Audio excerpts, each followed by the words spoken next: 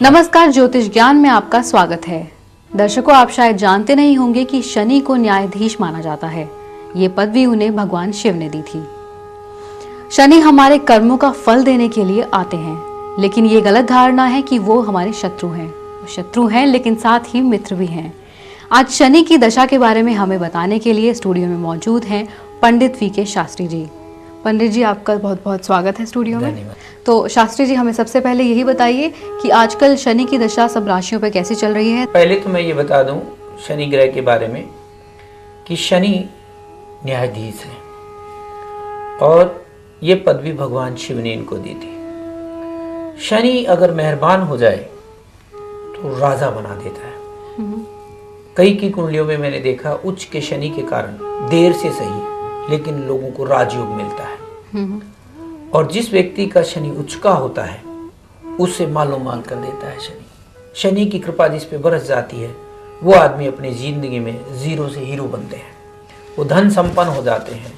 वो हमेशा अपने जीवन में सर्वोच्च स्थान प्राप्त करते हैं। लेकिन शनि की ये शुभ दृष्टि तब प्राप्त होती है जब हमारे कर्मों का पूर्ण रूप से हमारे जन्मांतर में जो किए गए पाप हैं या जो गलतियां हैं उसके लिए या तो शनि हमें क्षमा करें या हम ऐसी प्रार्थनाएं या पूजा करें जिससे हमारा पूर्व जन्म का किया हुआ पाप दोष खत्म हो और इस जन्म में हम कोई बुरा काम ना करें।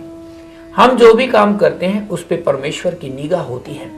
किसी भी जन्म में व्यक्ति कोई भी काम करता है, अगर वो उसने अच्छे कर्म किए हैं तो वो इस जन्म में अच्छा फल पाता है, बुरे कर्म किए तो बुरा फल पाता है। इसी प्रकार शनि जो है वो हमारे जीवन में एक तरीके से हमारे कर्मों का हिसाब किताब लेने और देने आते हैं।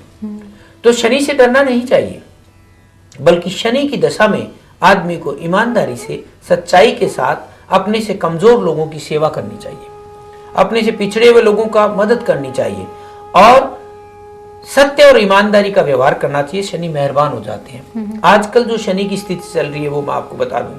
शनि की जो 60 सती चल रही है वो कर्क राशि वालों को, सिंह राशि वालों को और कन्या राशि वालों को चल रही है। शनि का ढैया मकर राशि पे है और शनि का ढैया वृषभ राशि वालों को है। शनि का जो ढैया है वो कई बार हस्बैंड वाइफ रिलेशनशिप में काफी टेंशन क्रिएट कर देता है। शनि की दृष्टि जिस जगह पड़ती है उस जगह को थोड़ा नुकसान होता है। शनि जहां बैठते हैं वहां लाभ करते हैं। शनि एक महान ग्रह है और शनि की कृपा अगर बन जाए तो मैं पहले बता चुका हूं कि आदमी के जीवन में अथाह ही लाभ होता है। लेकिन शनि ग्रह के बारे में जानना जरूरी है। कुछ भ्रांतियां फैली हुई हैं समाज में। तो शनि जो है वो बहुत महान और सबसे सुंदर ग्रह है। सबसे सुंदर है, ब्रह्मांड में सबसे सुंदर शनि ग्रह है। तो हमारी कुछ आध्यात्मिक मान्यताएं ये रही हैं जिसमें शनि का एक बारी सूर्य ने अपमान कर दिया था तो शनि को भी बख्शा नहीं था। भगवान शनिदेव ने सूर्य को भी न बख्शा था।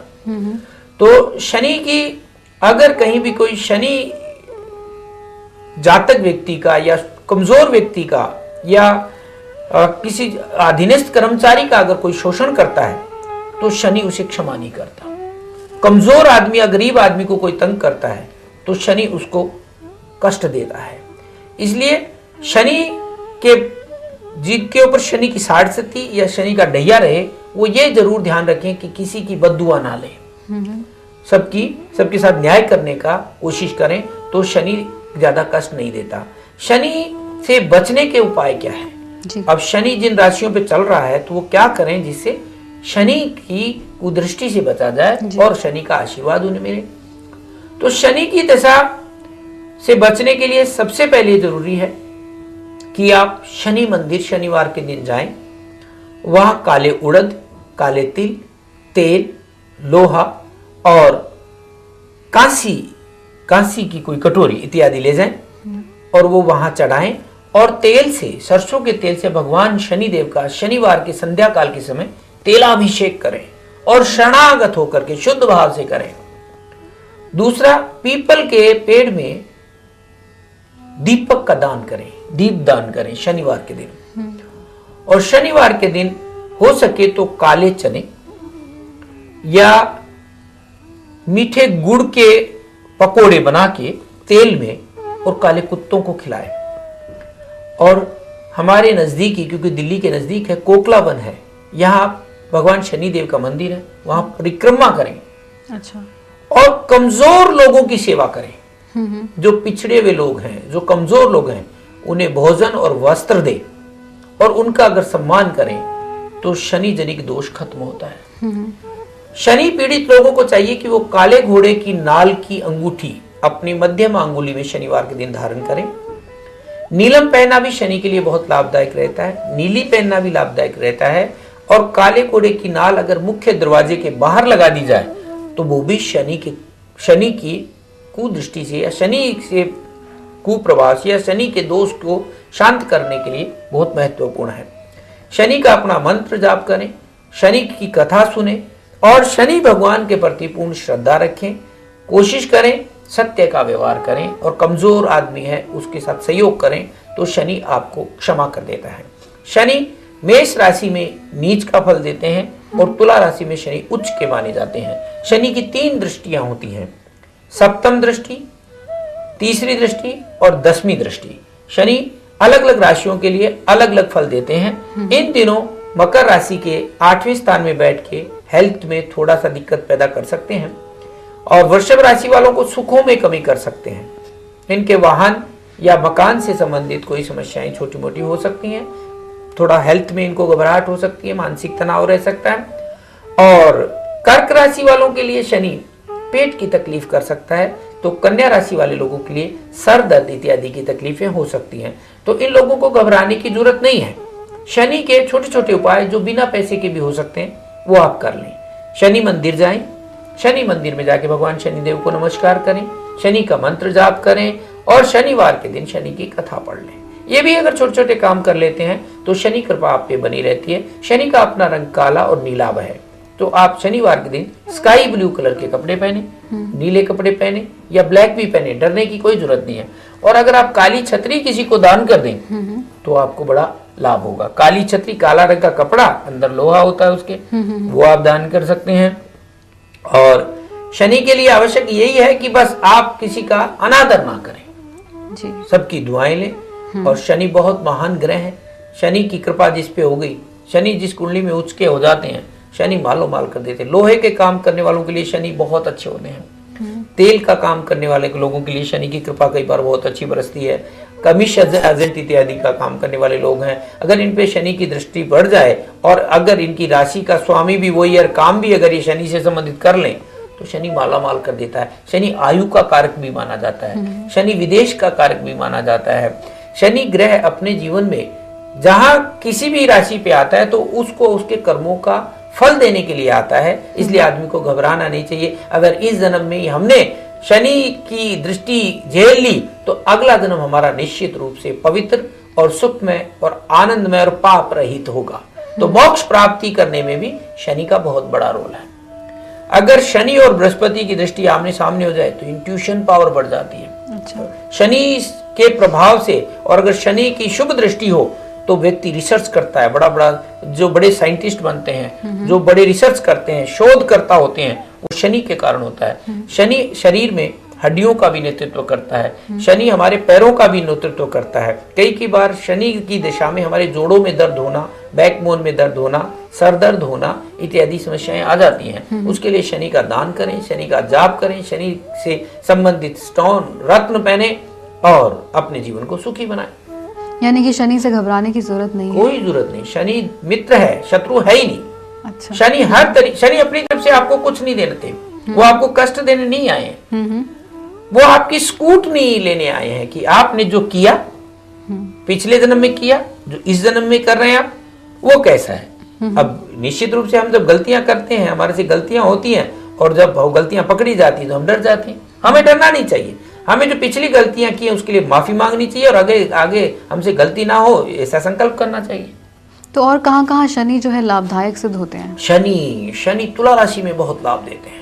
अगर किसी की कुंडली में शनि तुला राशि में बैठ जाए, वृषभ लगन और तुला लगन के लिए तो शनि बहुत शुभ रहते हैं, आर्थिक रूप से भी लाभ देते हैं और सम्मान भी बढ़ा देते हैं। और शनि जो है मेष लग्न राशि में थोड़ा सा कम प्रभाव देते हैं, वहां कष्ट देते हैं। अच्छा। तो डिप्रेशन भी जो होता है वो शनि के कारण ही होता है। और अगर शनि पंचम भाव में बढ़ जाए तो कन्या संतान भी अधिक होती है। और यही शनि अगर चंद्रमा के साथ बढ़ जाए तो शस नाम का योग हो जाता है। तो वो व्यक्ति अपने जीवन में बहुत मान प्रतिष्ठा प्राप्त करता है और सम्मानित होता है।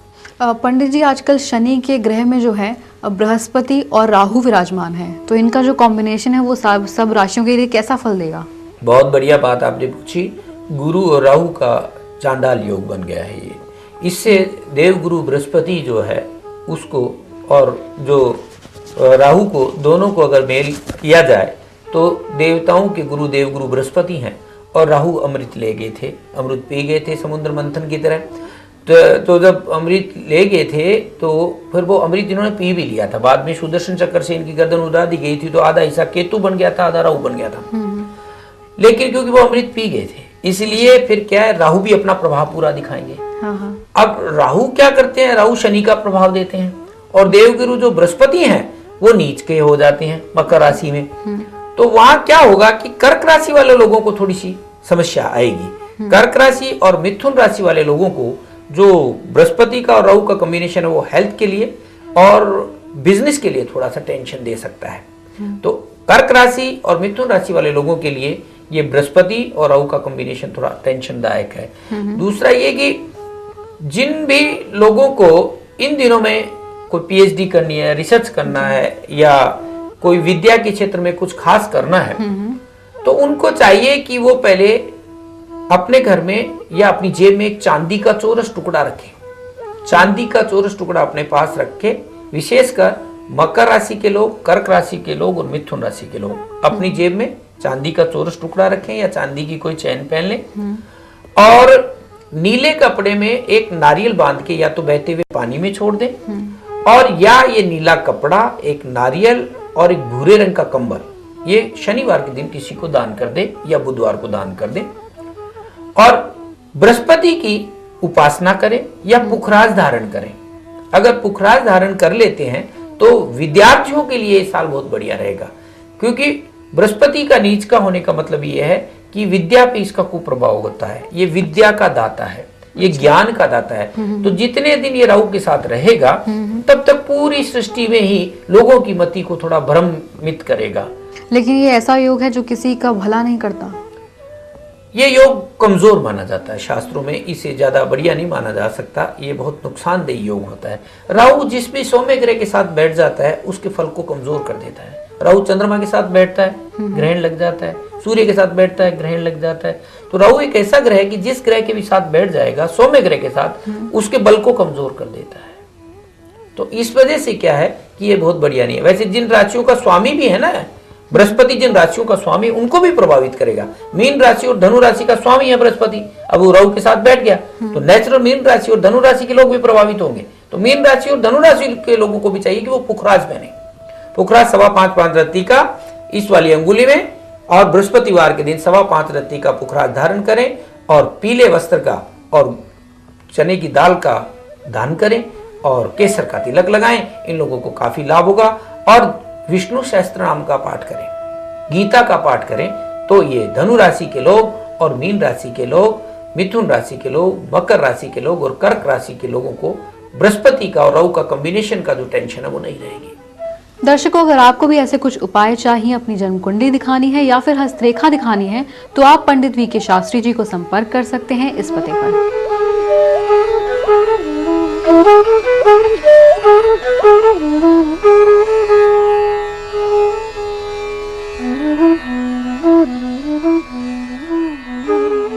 तो दर्शकों, आज के एपिसोड के लिए बस इतना ही। अगले एपिसोड में और भी बहुत सारी नई जानकारियों के साथ हम फिर आपके सामने उपस्थित होंगे। अभी हमें इजाजत दीजिए।